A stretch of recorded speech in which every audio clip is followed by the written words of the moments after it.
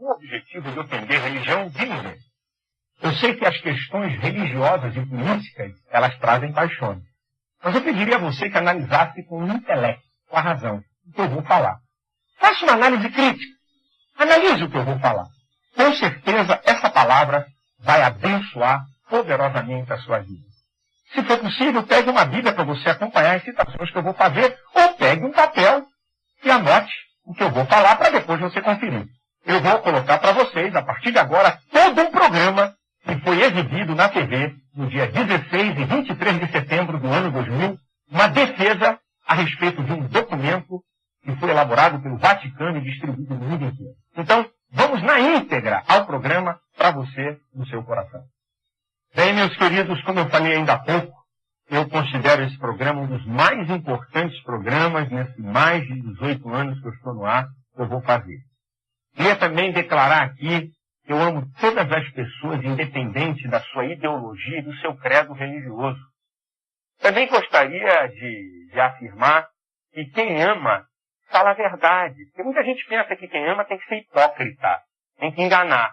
Eu amo tanto que vou falar aqui verdade que pode até mexer com a sua religiosidade. Mas queria te respeitar, mas queria falar a verdade. Eu também gostaria de afirmar que existem pessoas 100% honestas, 100% sinceras, mas que estão 100% erradas em relação a Deus. A minha palavra se baseia num documento que teve divulgação mundial, um documento do Vaticano, assinado pelo Papa e pela segunda autoridade do Vaticano. Foi notícia dia 5 e 6 de setembro em tudo que é jornal aqui no país, em rede de televisão. E eu queria fazer um comentário desse documento e fazer aqui as minhas colocações. Está aí no jornal aí na tela, diz: a Igreja Católica reafirma a sua primazia. O documento diz o seguinte: a Igreja Católica é a única Igreja de Cristo e que somente a ela se pode atribuir uma origem divina e uma eficácia salvadora. Aí são declarações da Igreja Católica.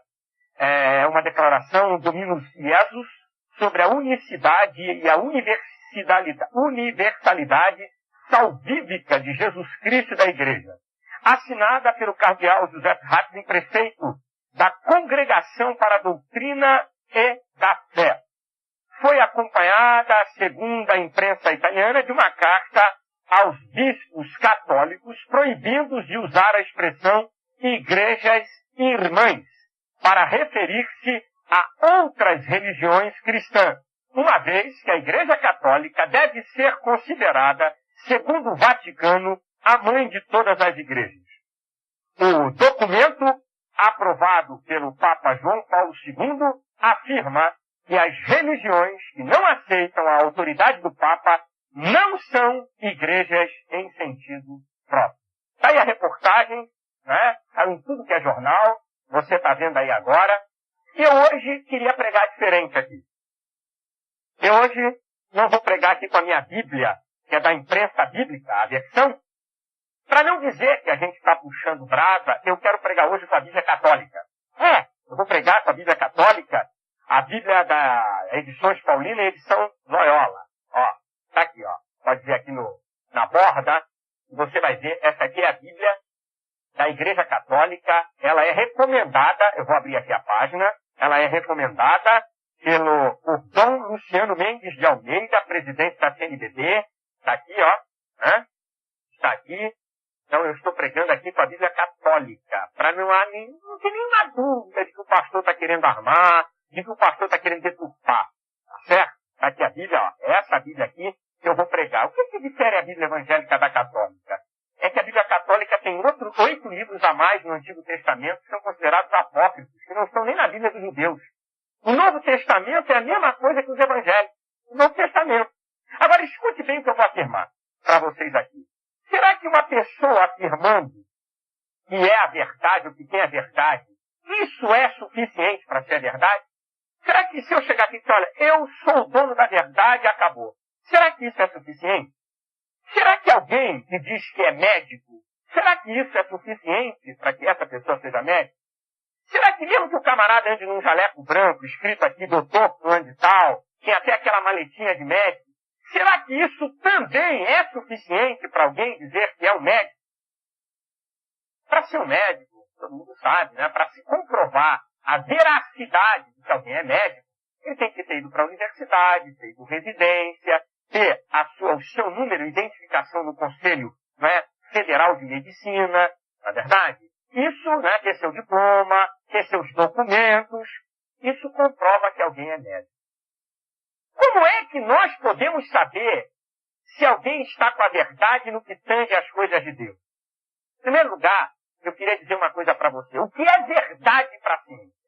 Como é que você pode comprovar alguma coisa na ciência como verdade?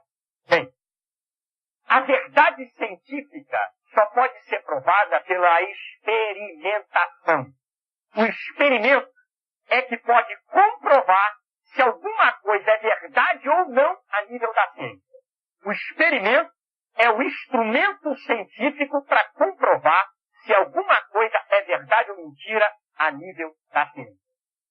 O que é uma verdade ou o que é uma mentira na filosofia?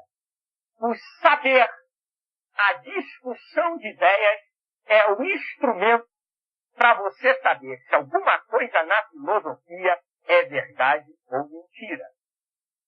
E o que é que você pode ter como verdade teológica?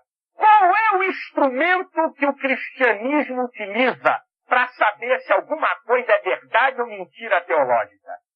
A revelação da palavra de Deus. A palavra de Deus é que comprova se alguém diz alguma coisa, se é verdade ou mentira em relação às coisas de Deus. Portanto, o instrumento da verdade teológica para os cristãos é a palavra de Deus. A Igreja Católica, nesse documento que eu já mostrei aqui na televisão, assinado pelo Papa, assinado pelo segundo autoridade do Vaticano, que é o chefe da congregação, né, da fé e da doutrina da Igreja Católica, esse documento diz que a Igreja Católica possui o monopólio da salvação. A Igreja Católica tem a primazia e que qualquer igreja que não estiver submetida ao Papa não é uma verdadeira igreja cristã. Bem, nós temos aqui então três afirmativas. Três verdades que vão ser verdades ou não quando a gente submeter ao instrumento que comprova se alguma coisa é verdade ou mentira na teologia, que é a Bíblia Sagrada. A Bíblia vai dizer se a Igreja Católica de fato tem a primazia sobre as outras igrejas. É a palavra de Deus que vai dizer se ela tem o monopólio da salvação. E é a palavra de Deus que vai dizer se o Papa é representante de Cristo, é a maior autoridade da igreja e que qualquer um ou qualquer igreja que não esteja submetida à autoridade papal não é igreja verdadeira. Quem vai dizer isso não são os evangélicos nem os católicos. Quem pode comprovar se isso é verdade ou mentira é a palavra de Deus. Por isso que eu vou usar a Bíblia Católica para a gente poder provar se o que eles estão falando é verdade ou mentira. Bem, a Igreja Católica, vamos fazer o seguinte, antes um pouquinho de eu provar à luz da Bíblia, deixa eu falar um pouquinho só sobre a história do cristianismo. Durante os 3 primeiros séculos, os cristãos foram massacrados, perseguidos e mortos. No início do 4º século, no ano 312, sobe ao trono Constantino. E ele então coloca o cristianismo como religião oficial do Estado romano que se autoproclama o benfeitor do cristianismo. Daí por diante, a coisa começou a ficar feia, porque todo mundo queria ser cristão, mesmo que não tivesse a conversão real do poder do Evangelho de Cristo. Aí começou a bagunça de religiões misturada com o cristianismo. No ano 378, com a subida de Graciano ao trono de Roma, ele não quis chefiar o cristianismo. Por quê? Desde 200 anos antes de Cristo, 200 anos antes de Cristo, que todo o imperador era chefe de uma ordem, a ordem da Babilônia, uma religião. Graciano rejeitou ser chefe dessa religião e, nessa ocasião, o bispo, chefe da igreja cristã, se chamava Damásio. E aí, o bispo Damásio passou a ser uma mesma pessoa, chefe de uma religião pagã e apóstata, com os poderes de um bispo cristão. Ele passou, então, a ser o líder máximo religioso e, a partir daí, a bagunça se generalizou, entrou a idolatria e a mariolatria. Ok? Um pequeno histórico do cristianismo. Com quem está a verdade? Eu queria ler 2 textos da Bíblia, da versão da Igreja Católica, que se encontra em 2 Coríntios, capítulo 13, versículo 8. A versão aqui é um pouco diferente da Bíblia que você, meu irmão em Cristo, tem na mão, mas é o mesmo sentido. Então, você abre aí a sua Bíblia, em 2 Coríntios, capítulo 13, versículo 8, eu vou deixar 2 textos de base. 2 Coríntios, capítulo 13, e o versículo de número 8. Vamos ver o que está escrito aqui. Eu, antigamente, não precisava de óculos, mas agora a idade está chegando para ler, meu filho. Se não tiver, eu não leio nada. Então, vamos lá. Vou botar aqui meu óculos aqui, para ficar a visibilidade bonita. Diz aqui 2 Coríntios 13, 8. Pois nada podemos contra a verdade, só temos poder em favor da verdade. Talvez a sua Bíblia da imprensa bíblica ou da sociedade bíblica diz, nada podemos contra a verdade, senão pela verdade. E uma outra passagem que eu quero deixar, que está em 1 Timóteo, capítulo 3, versículo 15, na segunda parte desse texto, que diz assim, 1 Timóteo, capítulo 3, versículo 15, aqui estou com a versão das edições paulinas da Igreja Católica. É a Bíblia que eu estou lendo. Diz assim, como proceder na casa de Deus, que é a igreja do Deus vivo, coluna e sustentáculo da verdade. Bem, a Igreja Católica diz que Pedro foi o primeiro Papa, foi o sucessor de Cristo. E aí vem essa ordem de sucessores até chegar ao Papa atual. Eles se baseiam numa passagem que está no Evangelho de Mateus, capítulo 16, versículo 16, que diz assim, eu gostaria de ler, vai estar aí na tela, eu vou ler a versão da Igreja Católica, Mateus, capítulo 16, versículo 16. Vamos lá para Mateus, capítulo 16, versículo 16, que diz assim a palavra do Senhor. O Evangelho de Mateus diz assim a palavra do Senhor. Eu vou ler um pouquinho antes. Começa a partir do versículo 13, dizendo assim. No dizer dos homens, quem é o Filho do Homem? Eles disseram, para um João Batista, para outro Elias, para outros ainda Jeremias, alguns dos profetas. Então Jesus disse, e vós, quem dizeis que eu sou? Tomando a palavra Simão Pedro, respondeu, tu és o Cristo, o Filho do Deus vivo. Retomando a palavra, Jesus então lhe declarou, feliz és tu, Simão, filho de Jonas, pois não foram a carne e o sangue que te revelaram isto, mas meu Pai que está no céu. E eu te digo, tu és Pedro, e sobre esta pedra edificarei a minha igreja, e a potência da morte não terá força contra ela. Talvez na versão da sociedade bíblica e da imprensa bíblica está dizendo, e as portas do inferno não prevalecerão contra ela. Eu estou lendo aqui a versão da Igreja Católica. A Igreja Católica utiliza esse texto para dizer que Pedro, então, é a base da igreja. Bem, na hermenêutica bíblica, a ciência da interpretação bíblica diz que em texto apenas você não pode fazer doutrina.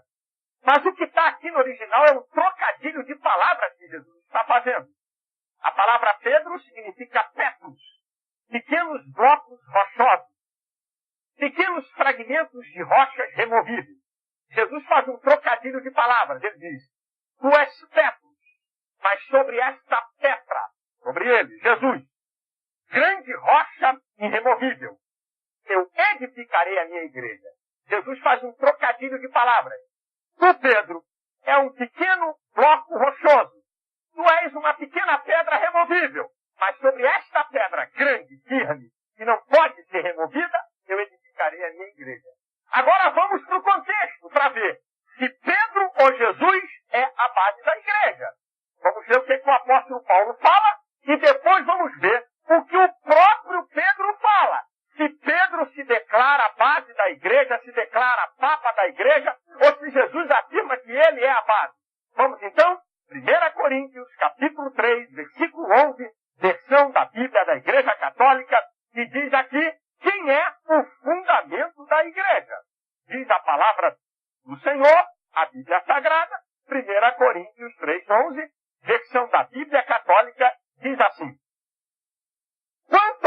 fundamento, ninguém pode lançar outro que não seja já posto. Jesus Cristo. 1 Coríntios 3:11. Agora vamos ver o que é que o apóstolo Pedro fala. Vamos ver. Quem é que sabe mais? A igreja evangélica, a igreja católica ou o próprio Pedro? Vamos ver quem é que Pedro diz que é o fundamento da igreja. 1 Pedro, capítulo 2, a partir do versículo 4. O interessante é que na Bíblia católica, a passagem está em negrito, o título. Eu vou pedir a câmera. Olha só, o fundamento e a missão da igreja. Veja bem, está aqui, eu botei uma corzinha. Está em negrito. Aqui está. Você está vendo aí o título do capítulo, de 1 Pedro, capítulo 2, a partir do versículo 4. Agora Pedro vai dizer quem é o fundamento da igreja. Vamos ver o que ele diz. O apóstolo Pedro diz assim: aproximando-vos dele, pedra viva, rejeitada pelos homens, mas escolhida e preciosa diante de Deus.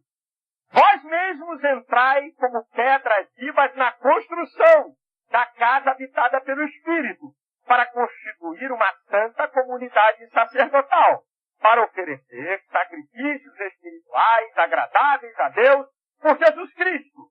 Pois lê-se na Escritura: eis que ponho em Sião uma pedra angular, escolhida e preciosa, e quem nela põe a sua confiança não será confundido.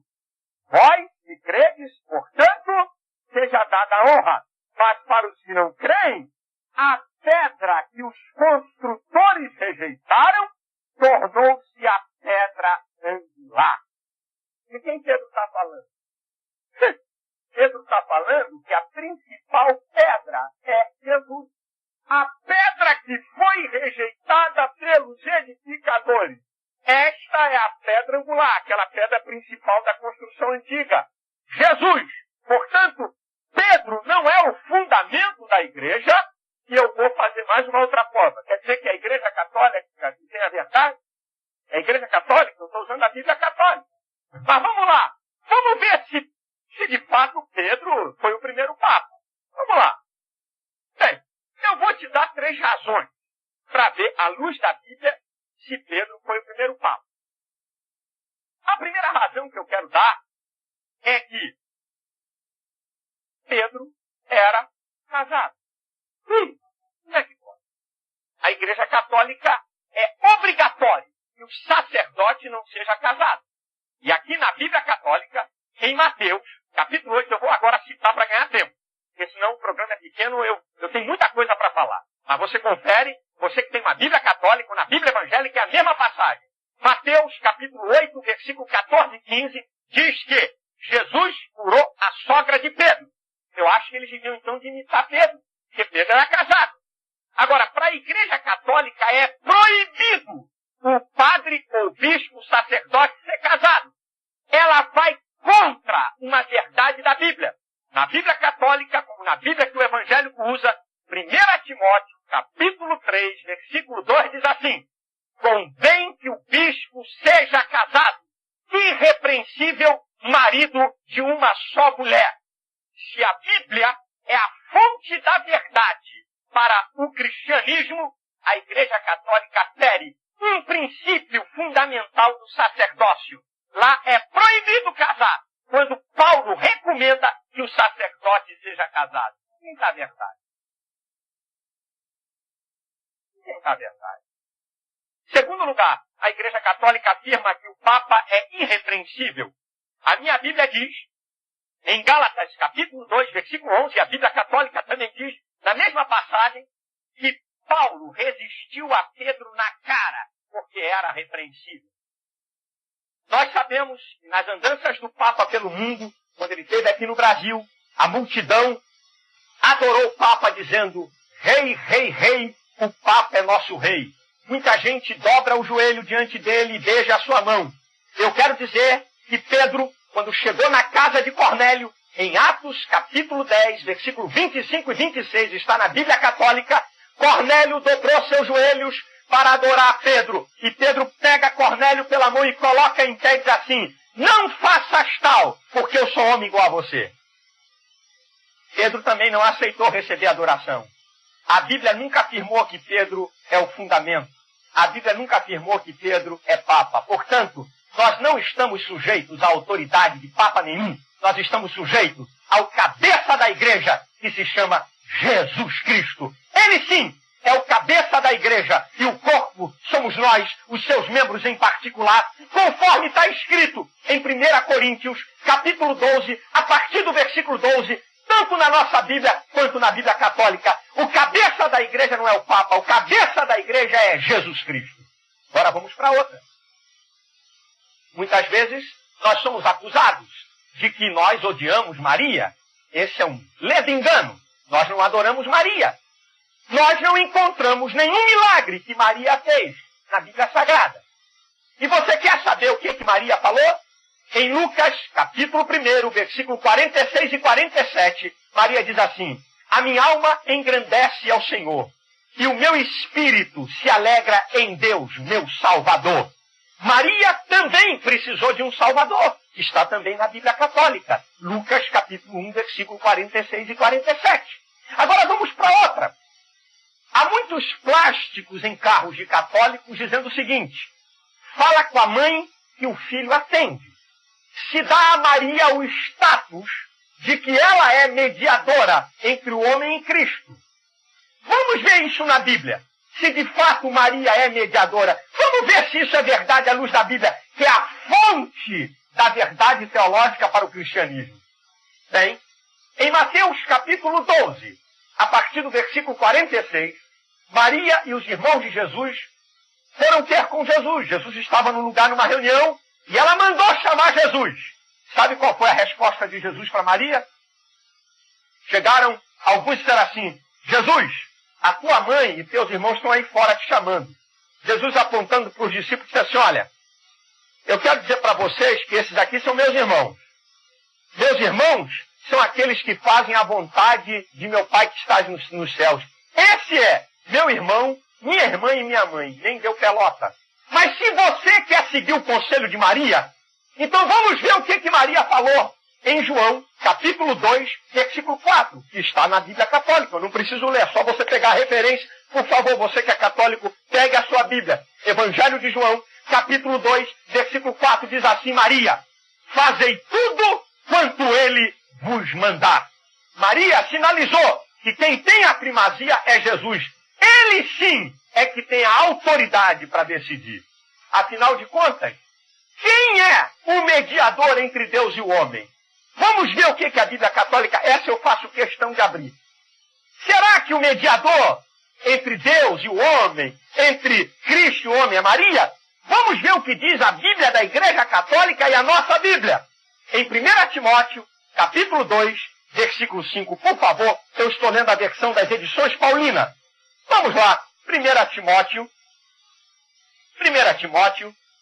vamos abrir a nossa Bíblia, 1 Timóteo, capítulo 2, o versículo 5 e o versículo 6, que diz assim, esse eu quero citar a versão da Igreja Católica. Olha o que diz a versão da Igreja Católica. Pois há um só Deus, e também um só mediador entre Deus e os homens, que se entregou como resgate por todos.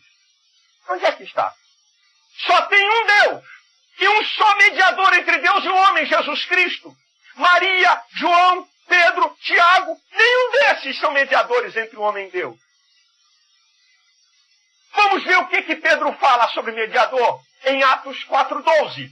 Em nenhum outra salvação, pelo que nenhum nome há dado entre os homens pelo qual devamos ser salvos. Vamos ver o que Jesus falou sobre o assunto em João 14:6, que também você pode achar na Bíblia Católica. Jesus dizendo: eu sou o caminho, a verdade e a vida. Ninguém vem ao Pai a não ser por mim. Só Jesus Cristo é o mediador entre Deus e o homem. Não é Maria, não é João, nem Pedro, nem Tiago. Essa é a verdade. Quem é que está com a verdade? Quem é que tem a primazia?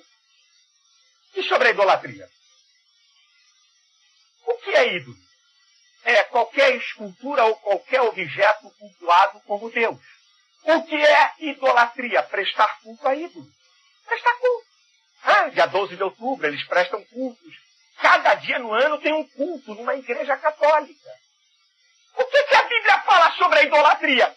O que é que a Bíblia Católica fala sobre a idolatria? O Salmo 115, da versão da Bíblia Católica, tanto quanto a nossa versão, diz assim.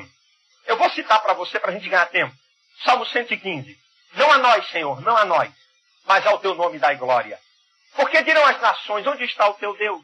O nosso Deus está nos céus e faz tudo o que lhe apraz. Mas os ídolos deles são de prata e ouro, obra da mão dos homens. Tem boca, mas não fala, tem olhos, mas não veem. Tem nariz, mas não cheiram, tem ouvidos, mas não ouvem. Tem pés, mas não andam, tem mãos, mas não apalpam. Som nenhum sai da sua garganta. Tornam-se semelhantes a eles os que os fazem e os que o adoram. Olha só o que vai terminar dizendo. Ouvi, ó Israel, o Senhor nosso Deus é o único Deus. Ele é o nosso auxílio e o nosso escudo. Está na Bíblia Católica, o Salmo 115, que é a nossa versão também, a mesma coisa. Olha o que diz a palavra de Deus, o apóstolo Paulo, que também está na Bíblia Católica. 1 Coríntios, capítulo 8, versículo 4. Que o ídolo nada é e que há um só Deus na terra. Agora, veja qual é a consequência para aqueles que se dobram joelhos diante de estátuas. Eu vou ler a versão da Bíblia Católica. Qual é a consequência para aqueles que adoram ídolos de gesso, de barro, ou qualquer coisa, qualquer figura, que você se dobra para pedir alguma coisa? Eu quero ler, essa eu faço questão de ler. Apocalipse 21:8. Olha só o que diz. Apocalipse 21:8. Vamos ver. Quanto aos covardes, aos infiéis, aos depravados, aos assassinos, aos impúdicos, diz aqui, aos magos, aos idólatras e a todos os mentirosos, o seu quinhão se encontra no lago ardente de fogo e enxofre, que é a segunda morte. Apocalipse 21:8, versão da Igreja Católica. Os idólatras vão para o inferno. Está aqui. Não sou eu, não é o pastor que está falando. É a Bíblia, Edições Loyola, Edições Paulina, aprovado pelo presidente da CNBB, que diz que os idólatras vão para o lago que arde com fogo e enxofre. Está na Bíblia. Está na palavra de Deus. Quem é que está com a verdade? Outra. Quem falou que a Igreja Católica ou a Igreja Evangélica tem o monopólio da salvação? O monopólio da salvação pertence a Deus. É Deus que salva, diz Efésios 2:8, também na Bíblia Católica. Diz lá, pela graça sois salvos, por meio da fé. Isto não vem de vós, é dom de Deus. Quem salva é Deus. Agora, Deus salva quem? Romanos capítulo 10, versículo 3. Todo aquele que invocar o nome do Senhor será salvo. A salvação é para todas as pessoas. A salvação não está na minha igreja ou na sua igreja. A salvação está em o homem se arrepender dos seus pecados, aceitar a Cristo como único e suficiente Salvador e obedecer à palavra de Deus. Nem a Igreja Católica, nem a Igreja Evangélica tem o monopólio da salvação. A salvação é pessoal, é individual e é para aquele que crê que Jesus é o Senhor e o Salvador. Isso também está na Bíblia Católica. Outra coisa que eu queria dizer aqui. Fica ofendido, eu estou usando a Bíblia, por favor. Talvez a minha veemência, mas eu não quero que você nunca fique ofendido. Por causa da minha veemência. Pura miséria. É veemência, é jeito, é temperamento. Eu amo você, eu estou falando dessas verdades aí. Jesus veio fundar a igreja ou o Estado? Jesus veio fundar uma igreja, não um Estado. A igreja católica é um Estado. Jesus fez a ruptura entre a igreja e o Estado. Dai a César o que é de César e dai a Deus o que é de Deus. Jesus falou em João 18:36, está na Bíblia da Igreja Católica. O meu reino não é desse mundo. Isaías, capítulo 9, versículos 6 e 7, profetizando sobre esse reino, ele diz assim, porque um menino nos nasceu e um filho se nos deu, e o principado está sobre os seus ombros, e o seu nome será maravilhoso, conselheiro, Deus forte, Pai da eternidade, príncipe da paz. Do incremento deste principado e da paz não terá fim. O reino do Senhor é um reino sem fim, não é temporal. O reino do Senhor, em Romanos capítulo 14, versículo 17, que também está na Bíblia Católica, diz que o reino de Deus não é comida nem bebida, mas justiça, paz e alegria no Espírito Santo. A igreja é a representante de Cristo aqui na terra. Jesus não fundou Estado. Jesus fundou a igreja, um reino espiritual, para resgatar o homem da perdição e da condenação do inferno. Esse é o papel da igreja de nosso Senhor Jesus Cristo. Portanto, toda essa minha palavra, por favor, coloca na tela aí o jornal. É sobre isso aqui, você que pegou o programa pela metade. A Igreja Católica reafirma a sua primazia. E dentro de tudo isso aqui, toda a palavra que está aqui no jornal, eu estou lendo aqui um documento, esse jornal que está aí na tela, eles dizem que a Igreja Católica tem o monopólio da salvação. E nenhuma igreja que obedece o Papa é a igreja verdadeira. E hoje eu provei, à luz da fonte da verdade teológica, quero repetir para você que não pegou o início. A verdade para a ciência, você só pode saber se uma coisa é verdade através do experimento. Você só pode saber se uma coisa é verdade na teologia através da revelação da palavra de Deus. Você julga quem é que está com a verdade. Você julga. Eu queria convidar todos os católicos desse país a comprarem a Bíblia. Compra lá a Bíblia na sua igreja. Tem o Novo Testamento. Veja com quem está a verdade. Essa é a palavra que eu queria deixar. E você, Testamento, veja com quem está a verdade. Essa é a palavra que eu queria deixar. E você precisa ter um encontro com Deus. E você precisa se arrepender dos seus pecados. E padre, papa, pastor, não salva ninguém. Quem salva é Jesus. À medida do momento que o homem se arrepende, e você precisa ter um encontro com Deus. E você precisa se arrepender dos seus pecados. E padre, papa, pastor, não salva ninguém. Quem salva é Jesus. À medida do momento que o homem se arrepende, eu queria dizer para você, meu amigo, que depois da morte segue-se o juízo. Está em Hebreus 9, 27, também na Bíblia Católica.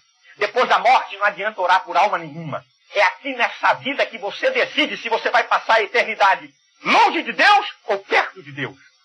Só Jesus pode garantir a vida eterna. Eu quero terminar a minha palavra citando João capítulo 3, versículo 16 ao 18, que também está na Bíblia Católica.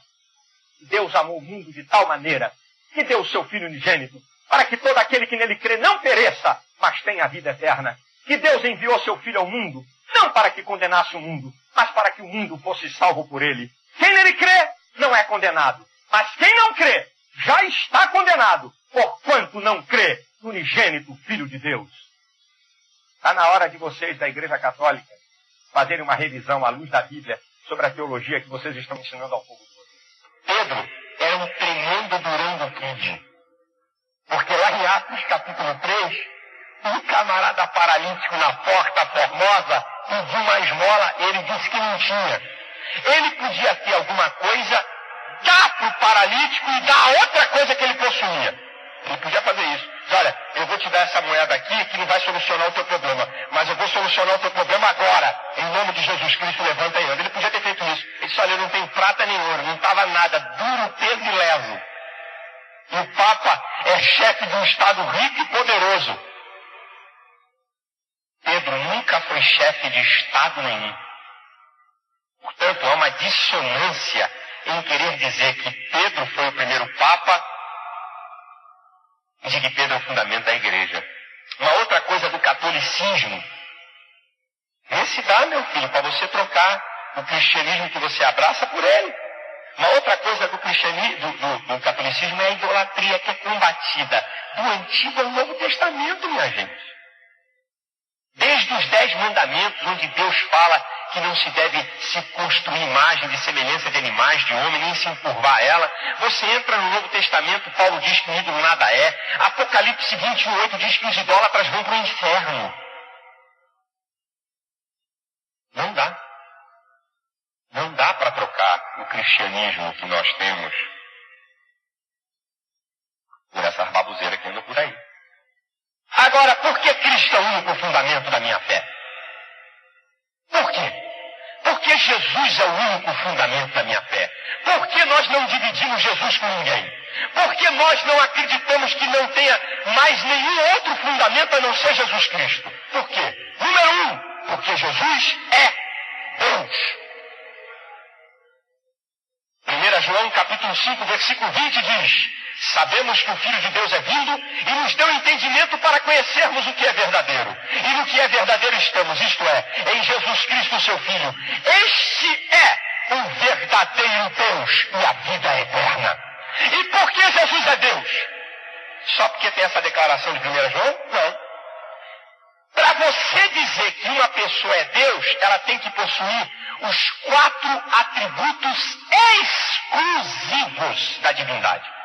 Para alguém ser chamado de Deus, tem que possuir os 4 atributos exclusivos da divindade. Quais são? A eternidade, não deve a sua existência a ninguém. A onipotência, possui todo o poder. A onisciência, possui todo o conhecimento. A onipresença está em todo lugar. Se Jesus Cristo possui esses 4 atributos, ele é Deus. É eternidade?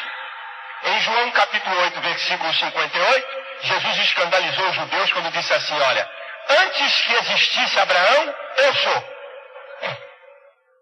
Em Colossenses capítulo 1, versículo 15 em diante, diz assim: porque nele foram criadas todas as coisas que há nos céus e na terra, visíveis e invisíveis, sejam tronos, potestades, principados e dominações.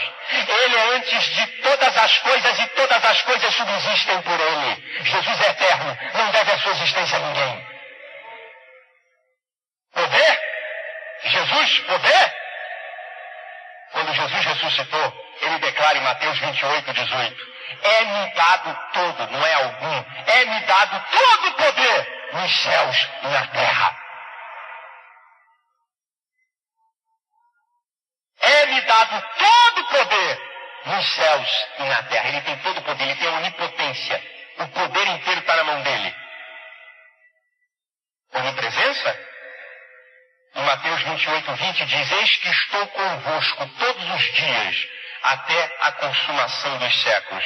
Jesus está comigo, Jesus está com você, está com outro, está com outro, está com crente nos Estados Unidos, está com crente na China, está com índio lá no meio da mata. Jesus está em todo lugar, ele está com você, está comigo, e ele vai ficar até a consumação dos séculos, onde estaremos para sempre na sua presença. Onisciente, Hebreus capítulo 7, 25 diz: vivendo sempre para interceder por eles. Jesus sabe de tudo o que acontece comigo e com você. Ele não está tomando caldo de cana nem suco de laranja na rede, não. Ele está agora vivendo sempre para interceder por eles. Jesus está intercedendo por cada um de nós porque ele conhece o problema de cada um aqui. Ele sabe do que está acontecendo com você. Ele sabe da tua luta, ele sabe da tua adversidade. Fica quieto, meu irmão. Tranquiliza a tua alma e o teu espírito, porque Jesus está intercedendo diante do Pai por você. Ele conhece tudo, ele é Deus. Por causa desses 4 atributos, Jesus é Deus, e porque ele é Deus, ele é o fundamento da minha fé. E a Bíblia fala em Hebreus capítulo 1, mostra a diferença entre Jesus e os anjos. A partir do versículo 4 diz: a qual dos anjos disse jamais: tu és meu filho, hoje te gerei. E outra vez, quando introduz o primogênito de Deus no mundo, todos os anjos o adorem. Quanto aos anjos diz que de seus ministros, não é? Faz ventos, e de seus anjos faz labaredas de fogo. Mas do Filho diz, olha a diferença, dos anjos, ele faz o que ele quer. Mas do Filho diz: ó Deus, o teu trono subsiste pelos séculos de séculos. Cetro de equidade é o cetro do teu reino. A Bíblia chama Jesus de Deus. Jesus é Deus, por isso ele é o único fundamento da minha fé. Jesus é o único fundamento da minha fé. Porque eu já estive em Israel 5 vezes. E todas as vezes que eu chego no jardim do túmulo, tem uma placa em cima do túmulo de Jesus. Ele não está aqui, ele ressuscitou. Jesus está vivo. Jesus está vivo, cheio de glória, de poder e de majestade. O nosso Cristo não está morto. O nosso Cristo não está em evolução. Ele está cheio de poder e de glória. Ele venceu a morte, ele venceu o pecado, ele venceu o diabo. Ele é vencedor. Ele é o fundamento da minha fé. Eu não posso botar alguém como fundamento da minha fé que tenha pecado também. Como é que alguém que peca pode ser o fundamento da minha fé? Como é que alguém que erra pode me salvar também? Carece de salvação, mas em Hebreus 4,15 diz assim: não temos um sumo sacerdote que não se compadeça das nossas fraquezas, mas um que, como nós, em tudo foi tentado, mas sem pecado. Jesus nunca errou, Jesus nunca pecou. Ele pode ser o fundamento da minha fé. Agora diz aqui que ele é a principal pedra de esquina, a pedra angular. Sabe que pedra era essa? Era a pedra que sustentava uma construção, as paredes principais. Sabe como é que se escolhia uma pedra de esquina, ou uma pedra fundamental? Como é que os arquitetos e os construtores daquela época descobriam que uma pedra poderia ser uma pedra onde toda a obra estaria calcada nela? Vou dizer como é que era feito. Em primeiro lugar, os construtores, peritos, não é? Eles saíam vendo as rochas. Quando ele via uma grande pedra, ele disse, bem, ali tem uma possibilidade. Então a primeira coisa que eles faziam, eles possuíam marretas de pedras que foram pedras de esquina de outras construções. Eles cortavam e faziam aquelas marretas pontiagudas. Pegavam aquela marreta e davam cacetada mesmo naquela pedra. Pá, pá, pá, pá. Se aquela pedra trincasse ou rachasse, não servia como pedra de esquina. Meu irmão, Jesus foi moído. Jesus apanhou. Jesus tomou pedrada. E ele não trincou, ele não cedeu, ele cumpriu. Depois desse primeiro teste, tinha um outro teste. Tiravam então aquela pedra do lugar, cobriam aquela pedra com folhas e galhos secos e tacavam fogo. Depois de cobrir toda aquela pedra com galhos e com folhas, tacavam fogo. Se a pedra trincasse ou rachasse com calor, não servia para ser pedra de esquina. Jesus passou pela prova do fogo. Em Mateus capítulo 4, Jesus, 40 dias e 40 noites de jejum, só bebendo água. Porque se ele não bebesse água, ele morreria. Tanto é que diz que no final da tentação ele teve fome, não teve sede, porque ele bebia água. Porque 40 dias ninguém suporta. Ele entraria na desidratação total e morreria com 8, 9, 10 dias, já estava indo embora. Mas quando Jesus foi tentado, segundo os especialistas, o homem há 40 dias e 40 noites de jejum sem comer, ele fica meio trôpego. A visão fica meia turva, ele tem até algumas alucinações de algumas visões, sabe? Assim, Jesus estava no momento de grande necessidade. Foi exatamente a hora que Satanás chegou, e diz a Bíblia, em Lucas 4, que fala da tentação também, que Jesus foi tentado em todo o tempo. A gente pensa que o diabo tentou Jesus só no final dos 40 dias e 40 noites. No final das 40 dias e 40 noites, Satanás jogou a cartada final, mas Jesus foi tentado durante todo o tempo. E talvez Jesus se segurasse em alguma pedra, em algum lugar, até para não cair de tanta fraqueza. O diabo veio e veio com tudo para derrotar Jesus. Foi a prova de fogo de Jesus. Quando o diabo diz, se tu és um filho de Deus, transforma essas pedras em pães. Olha que proposta fantástica, hein? Jesus com fome, debilitado, fisicamente, fraco fisicamente. Mas Jesus diz para o diabo, nem só de pão viverá o homem, mas de toda a palavra que sai da boca de Deus. O diabo transporta Jesus para o pináculo do templo e diz, te lança daqui para baixo, porque está escrito que aos teus anjos dará ordens para que não tropeces em pedra alguma. Jesus diz para ele, também está escrito, não tentarás ao Senhor teu Deus. O diabo leva Jesus ao alto monte, mostra todos os reinos do mundo e diz, tudo isso te darei se prostrado me adorares. Jesus diz, vai-te, Satanás, porque está escrito, só o Senhor teu Deus adorarás e só a ele servirás. O diabo teve que ir embora. Jesus passou pela prova de fogo. Mas tinha a terceira prova, para saber se uma pedra podia ser pedra de esquina ou pedra principal.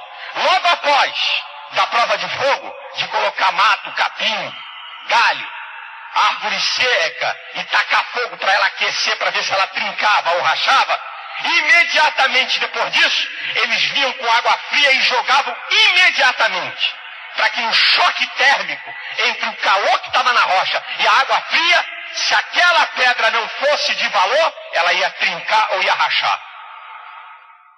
Se a pedra não fosse de valor, ela trincava ou rachava. Jesus também passou pela prova da água fria. Ele foi para a tumba fria. Ele foi lá para o sepulcro. Ele passou também por essa prova. Jesus foi lá para o lugar frio, o lugar solitário, na tumba fria. Mas ao terceiro dia, a tumba não pôde conter o Deus vivo, poderoso, ressurreto. Ele venceu a morte. É por isso que Jesus é a principal pedra de esquina. Ele passou pela prova da pancada. Ele passou pela prova do fogo. Ele passou pela prova fria. Ele venceu tudo isso e ele é o fundamento da nossa fé. Só Jesus pode salvar. Diz a Bíblia em Atos 4:12 que nenhuma outra salvação, porque nenhum nome é dado entre os homens pelo qual podemos ser salvos. Em 1 Timóteo 2:5 diz que há um só Deus e um só mediador entre Deus e o homem, Jesus Cristo. É só Jesus, meu irmão. Não troque Jesus por nada da sua vida. Ele é que tem poder de sustentar a tua fé. Ele é que tem poder de te ajudar na hora da provação. É Ele que tem poder de fazer você derrotar o diabo, vencer o pecado. É Ele que te dá força. Cristo é o único fundamento da nossa fé. Não troque, filho. Não troque Jesus por nenhum outro fundamento. Porque só Jesus, só Ele e mais ninguém pode sustentar a mim e a você, a nossa fragilidade, a nossa limitação. Só Jesus pode te sustentar.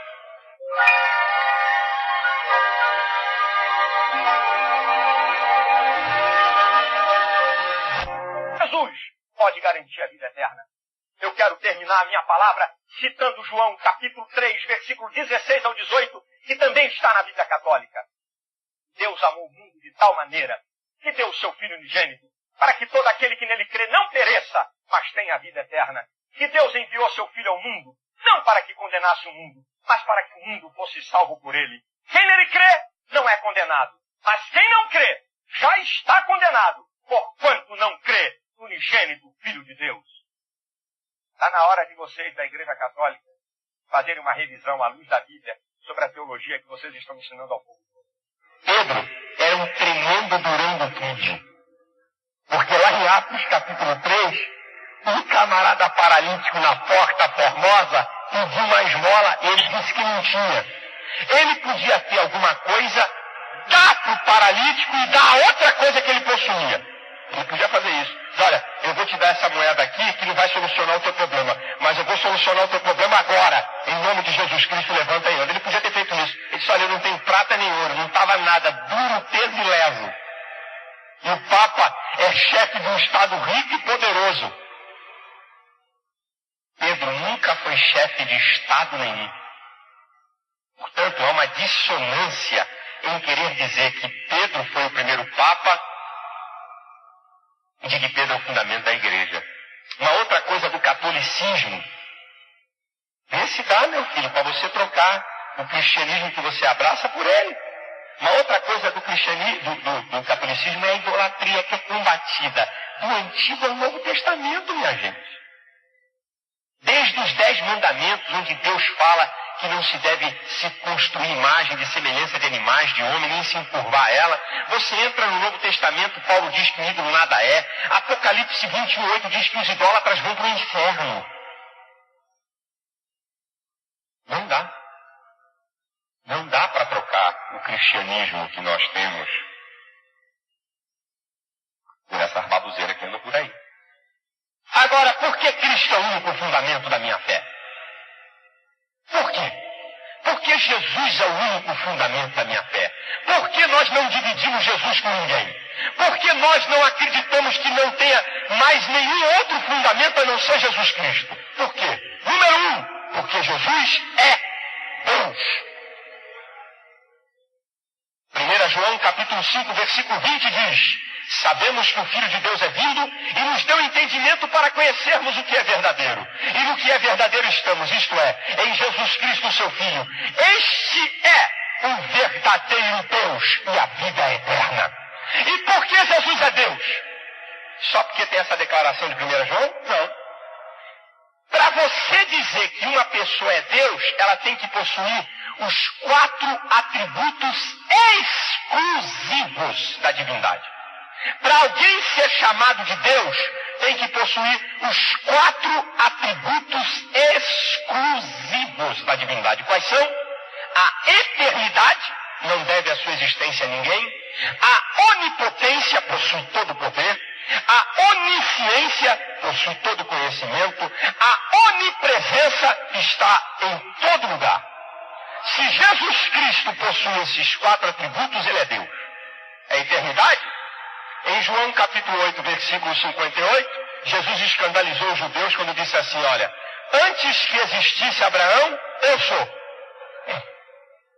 Em Colossenses capítulo 1, versículo 15 em diante, diz assim, porque nele foram criadas todas as coisas que há nos céus e na terra, visíveis e invisíveis, sejam tronos, potestades, principados e dominações. Ele é antes de todas as coisas e todas as coisas subsistem por ele. Jesus é eterno, não deve a sua existência a ninguém. Poder? Jesus, poder?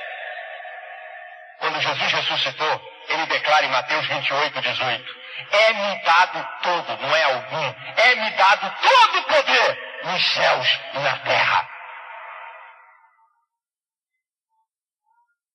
É-me dado todo o poder nos céus e na terra. Ele tem todo o poder, ele tem a onipotência. O poder inteiro está na mão dele. Onipresença? Em Mateus 28, 20 diz, eis que estou convosco todos os dias, até a consumação dos séculos. Jesus está comigo, Jesus está com você, está com outro, está com outro, está com crente nos Estados Unidos, está com crente na China, está com índio lá no meio da mata. Jesus está em todo lugar, ele está com você, está comigo, e ele vai ficar até a consumação dos séculos, onde estaremos para sempre na sua presença. Onisciente, Hebreus capítulo 7, 25 diz, vivendo sempre para interceder por eles. Jesus sabe de tudo o que acontece comigo e com você. Ele não está tomando caldo de cana nem suco de laranja na rede, não. Ele está agora vivendo sempre para interceder por eles.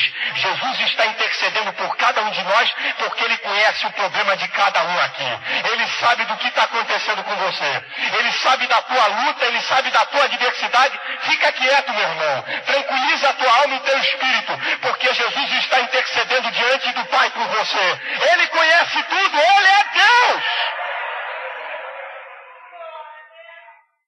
Por causa desses 4 atributos, Jesus é Deus, e porque ele é Deus, ele é o fundamento da minha fé. E a Bíblia fala em Hebreus capítulo 1, mostra a diferença entre Jesus e os anjos. A partir do versículo 4 diz, a qual dos anjos disse jamais, tu és meu filho, hoje te gerei. E outra vez, quando introduz o primogênito de Deus no mundo, todos os anjos o adorem. Quanto aos anjos diz, que de seus ministros, não é? Faz ventos, e de seus anjos faz labaredas de fogo. Mas do Filho diz, olha a diferença, dos anjos, ele faz o que ele quer. Mas do Filho diz, ó Deus, O teu trono subsiste pelos séculos de séculos.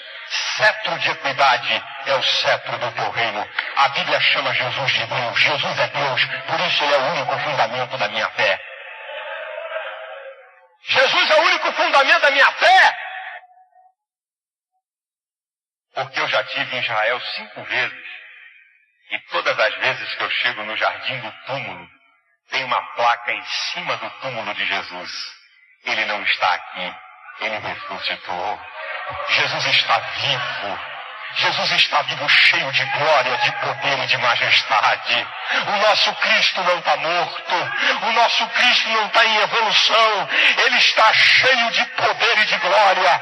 Ele venceu a morte, ele venceu o pecado, ele venceu o diabo. Ele é vencedor. Ele é o fundamento da minha fé.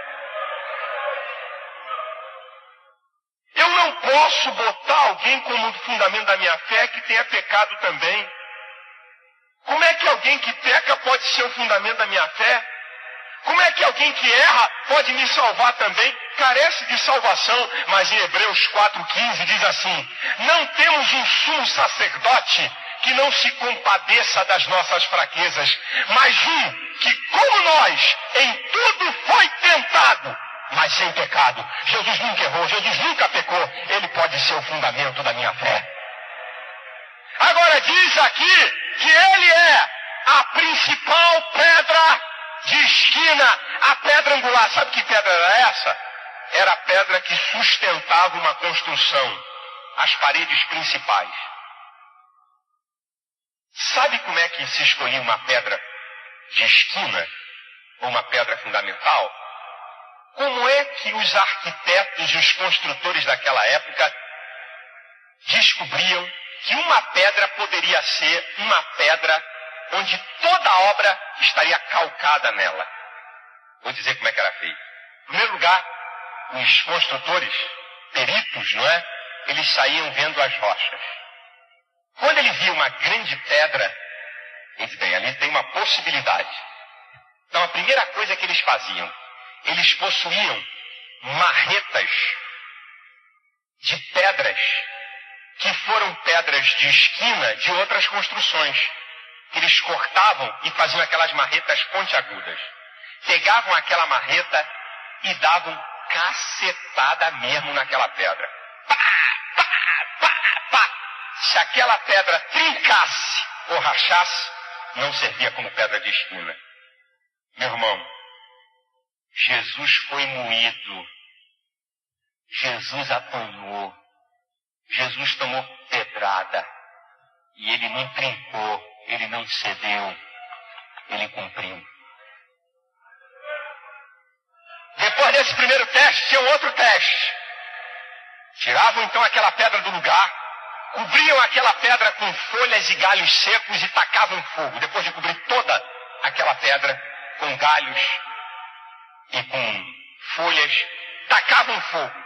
Se a pedra trincasse ou rachasse com calor, não servia para ser pedra de esquina. Jesus passou pela prova do fogo. Em Mateus capítulo 4, Jesus, 40 dias e 40 noites de jejum, só bebendo água. Porque se ele não bebesse água, ele morreria. Tanto é que diz que no final da tentação ele teve fome, não teve sede, porque ele bebia água. Porque 40 dias ninguém suporta. Ele entraria na desidratação total e morreria com 8, 9, 10 dias, já estava indo embora. Mas quando Jesus foi tentado, segundo os especialistas, um homem há 40 dias e 40 noites de jejum sem comer, ele fica meio trôpego. A visão fica meio turva, ele tem até algumas alucinações de algumas visões, sabe? Assim, Jesus estava no momento de grande necessidade. Foi exatamente a hora que Satanás chegou, e diz a Bíblia, em Lucas 4, que fala da tentação também, que Jesus foi tentado em todo o tempo. A gente pensa que o diabo tentou Jesus só no final dos 40 dias e 40 noites. No final das 40 dias e 40 noites, Satanás jogou a cartada final, mas Jesus foi tentado durante todo o tempo. E talvez Jesus se segurasse em alguma pedra, em algum lugar, até para não cair de tanta fraqueza. O diabo veio e veio com tudo para derrotar Jesus. Foi a prova de fogo de Jesus. Quando o diabo diz, se tu és um filho de Deus, transforma essas pedras em pães. Olha que proposta fantástica, hein? Jesus com fome, debilitado, fisicamente, fraco fisicamente. Mas Jesus diz para o diabo, nem só de pão viverá o homem, mas de toda a palavra que sai da boca de Deus. O diabo transporta Jesus para o pináculo do templo e diz, te lança daqui para baixo, porque está escrito que aos teus anjos dará ordens para que não tropeces em pedra alguma. Jesus diz para ele, também está escrito, não tentarás ao Senhor teu Deus. O diabo leva Jesus a um alto monte, mostra todos os reinos do mundo e diz, tudo isso te darei se prostrado me adorares. Jesus diz, vai-te Satanás, porque está escrito, só o Senhor teu Deus adorarás e só a ele servirás. O diabo teve que ir embora. Jesus passou pela prova de fogo. Mas tinha a terceira prova, para saber se uma pedra podia ser pedra de esquina ou pedra principal. Logo após da prova de fogo, de colocar mato, capim, galho, árvore seca e tacar fogo para ela aquecer, para ver se ela trincava ou rachava, imediatamente depois disso, eles vinham com água fria e jogavam imediatamente, para que o choque térmico entre o calor que estava na rocha e a água fria, se aquela pedra não fosse de valor, ela ia trincar ou ia rachar. Se a pedra não fosse de valor, ela trincava ou rachava. Jesus também passou pela prova da água fria. Ele foi para a tumba fria. Ele foi lá para o sepulcro. Ele passou também por essa prova. Jesus foi lá para o lugar frio, o lugar solitário, na tumba fria. Mas ao terceiro dia, a tumba não pôde conter o Deus vivo, poderoso, rego. Ele passou pela prova fria. Ele venceu tudo isso. E ele é o fundamento da nossa fé. Só Jesus pode salvar. Diz a Bíblia em Atos 4:12 que nenhuma outra salvação, porque nenhum nome é dado entre os homens pelo qual podemos ser salvos. Em 1 Timóteo 2:5 diz que há um só Deus e um só mediador entre Deus e o homem, Jesus Cristo. É só Jesus, meu irmão. Não troque Jesus por nada da sua vida. Ele é que tem poder de sustentar a tua fé. Ele é que tem poder de te ajudar na hora da provação. É Ele que tem poder de fazer você derrotar o diabo, vencer o pecado. É Ele que te dá força. Cristo é o único fundamento da nossa fé. Não troque, filho. Não troque Jesus por nenhum outro fundamento. Porque só Jesus, só Ele e mais ninguém pode sustentar a mim e a você, a nossa fragilidade, a nossa limitação. Só Jesus pode te sustentar.